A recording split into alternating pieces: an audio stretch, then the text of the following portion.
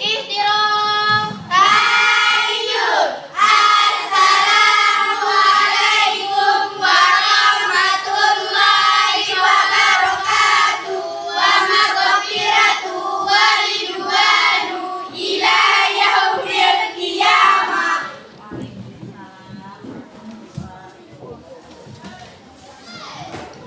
Selamat pagi anak-anak. Pagi, Bu. Gimana kabarnya semuanya? Baik. Ya, alhamdulillah. Kita awali dulu ya sebelum kita mulai belajar. Kita awali dulu melihat kehadiran siswa.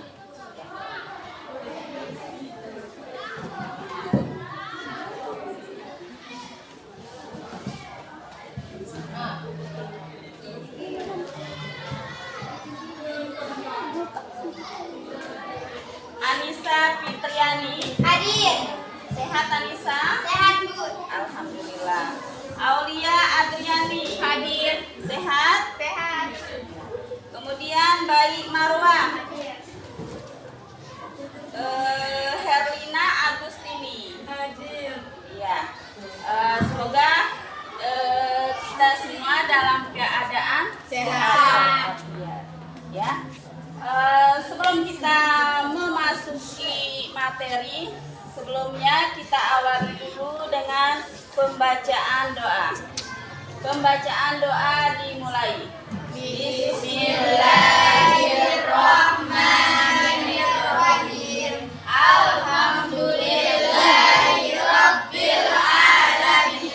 Arrahmanirrahim. Maliki yaumiddin. Iyyaka na'budu wa iyyaka nasta'in. Ihdinas siratal mustaqim. Siratal ladzina an'amta 'alaihim ghairil maghdubi 'alaihim waladdallin.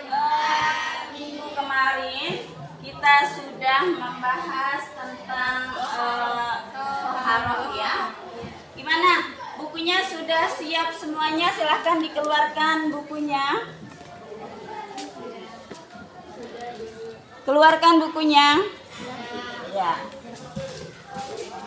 Sebelum kita memasuki tema kedua, perlu diperhatikan tema pertama. Apakah sudah pada belajar semuanya? Ya.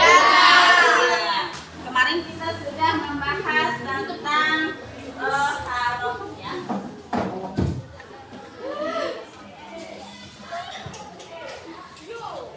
Ayo, siapa yang bisa? Taharah itu apa? Taharah untuk Coba, bersuci siapa dari angkat hadas tangan? dan najis. Angkat tangan. Husnusipa, ayo, taharah itu apa? Bersuci dari hadas dan najis. Ya, taharah itu artinya suci Bersih dan atau bersih. suci. Atau bersih dan suci, sama aja ya. Ya. Kemudian, taharah, arti taharah itu ada dua. Bersih.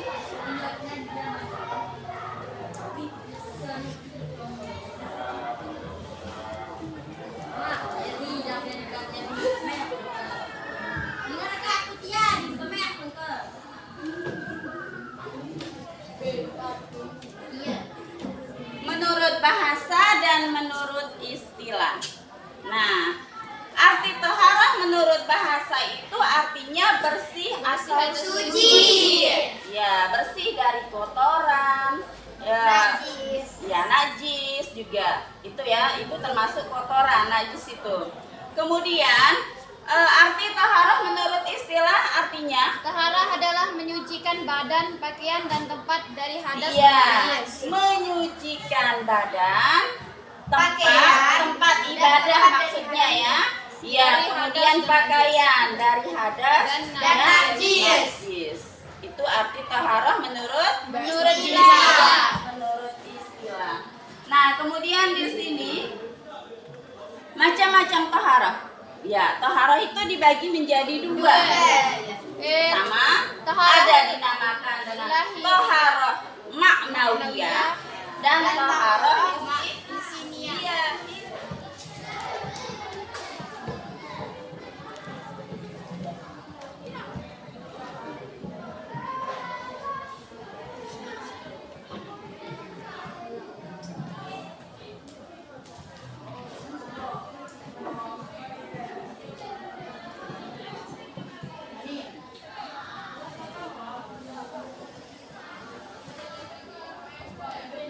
maknawiyah dan hissiyah.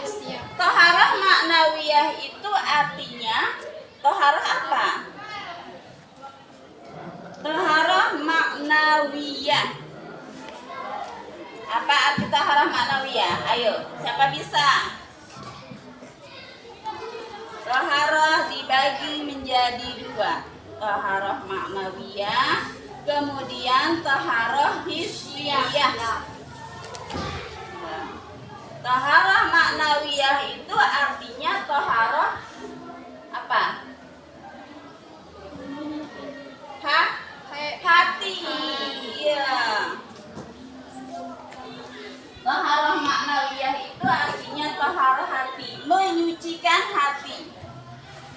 Ya, menyucikan hati dari perbuatan iri, misalkan, ya, dengki, gitu ya. Kemudian cara menyucikannya bagaimana? Berwudu, bersih, Menyucikan hati. bersih, Iya, dengan berbanyak zikir. Kemudian perbanyak membaca Al-Quran. Nah, itu cara menyucikan toharoh maknawiyah. Kemudian yang kedua, toharoh hissiyah. ya, hissiyah. Ya, toharoh hissiyah itu adalah toharoh badan. Ya, bagaimana cara membersihkan toharoh badan? Dengan cara ya berwudu dan mandi. Kemudian tayamum jika tidak ada air. Ya, jika tidak ada air. Itu misalkan terkena kencing atau terkena kotoran hewan.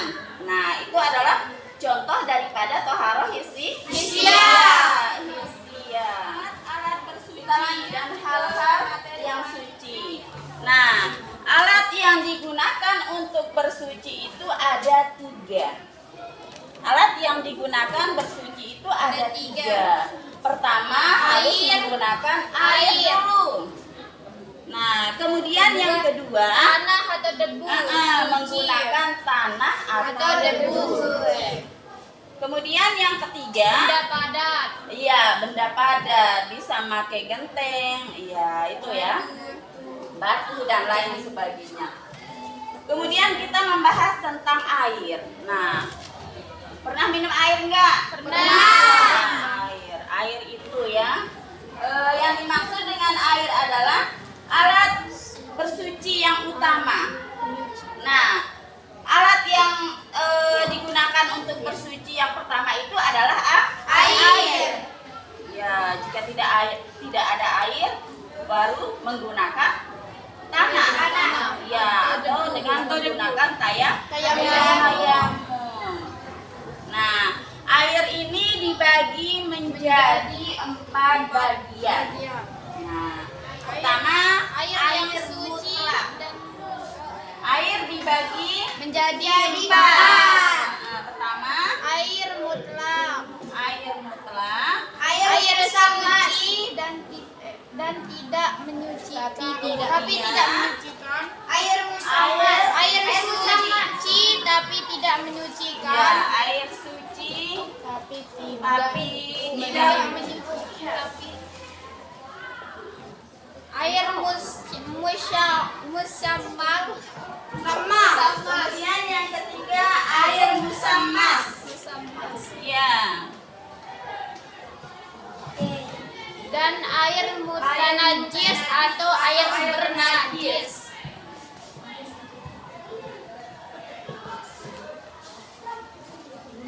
Yang keempat yaitu Air mutanajis mutanajis. atau air bernajis. Bagian-bagian air. Air dibagi menjadi 4, yaitu air Air mutlak, mutlak, air suci, suci, tidak menyucikan, air musammas, air mutanajis atau air munajis. dan air Mutanajis atau air bernajis. Oke, kita bahas satu persatu ya. Air mutlak, ya, atau dinamakan dengan takhir mutakhir.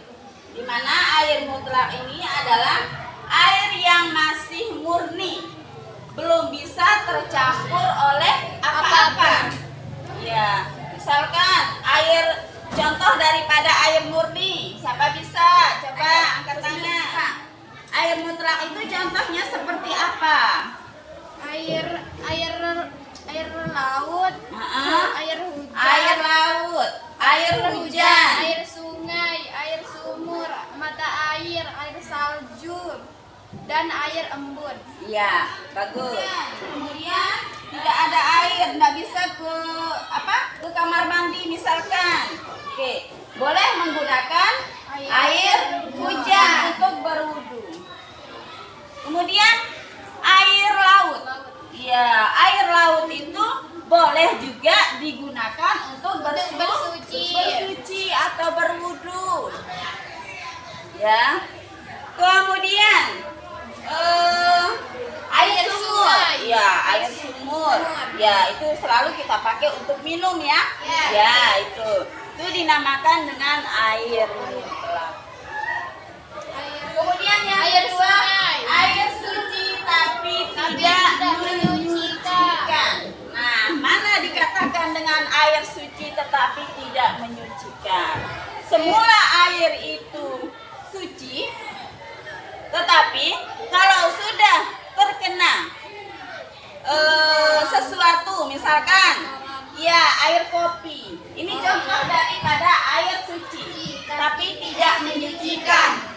Ya, air kopi. Air mutajar. Ya, asalnya murni, asalnya suci, kemudian tercampur dengan kopi, itu tidak boleh digunakan untuk bersuci. Ya, bersuci atau berwudu. Kemudian selain air kopi, air apa lagi? Air teh. Selain air teh apa lagi? Air susu ya. Kemudian dan sejenisnya. Itu contoh daripada air.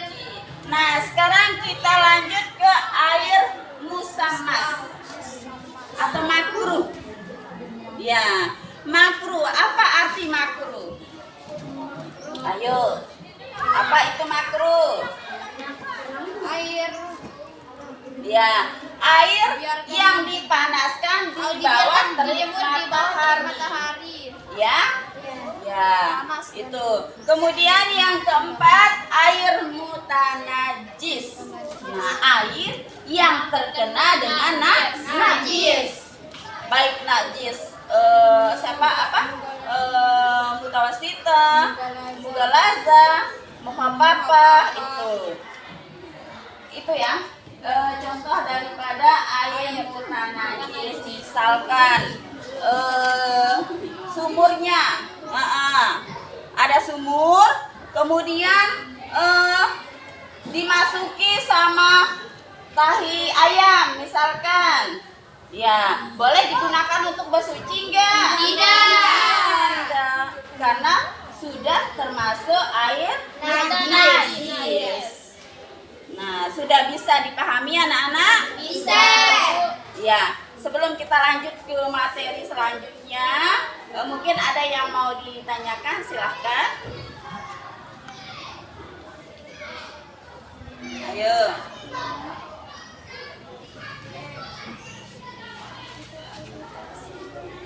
Udah, kita lanjut kalau nggak ada yang bertanya. Sudah ngerti ya? Ya.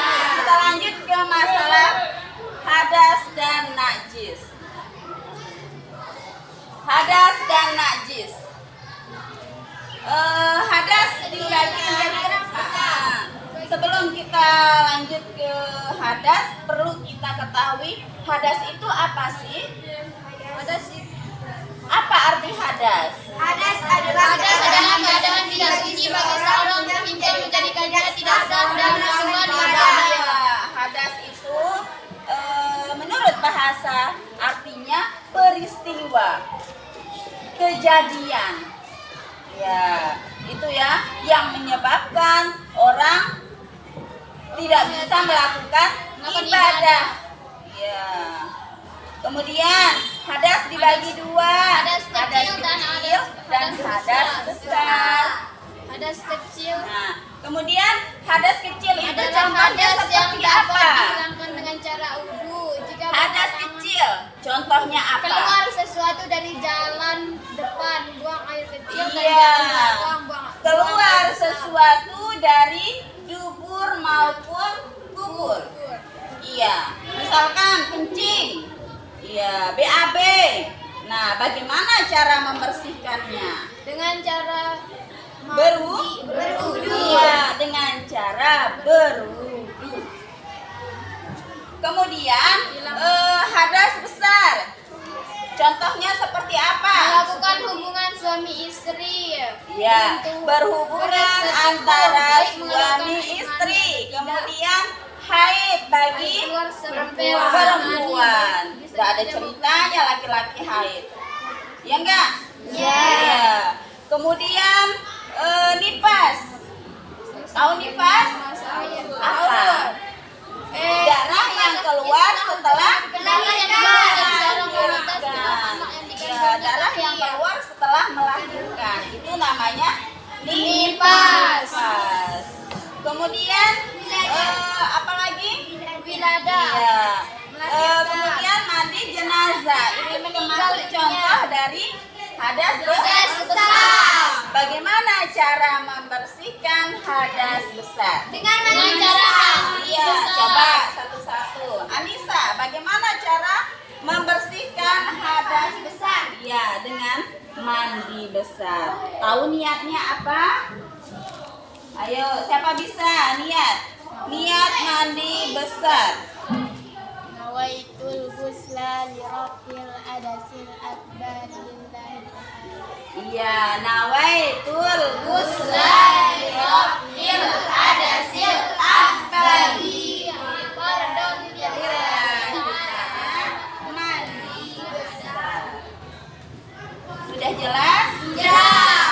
Sebelum Ibu tutup pelajaran ini, mungkin ada yang mau ditanyakan?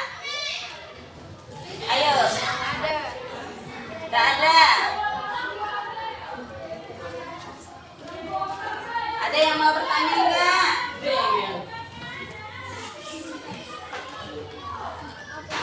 Ada yang mau bertanya? Oh, sudah jelas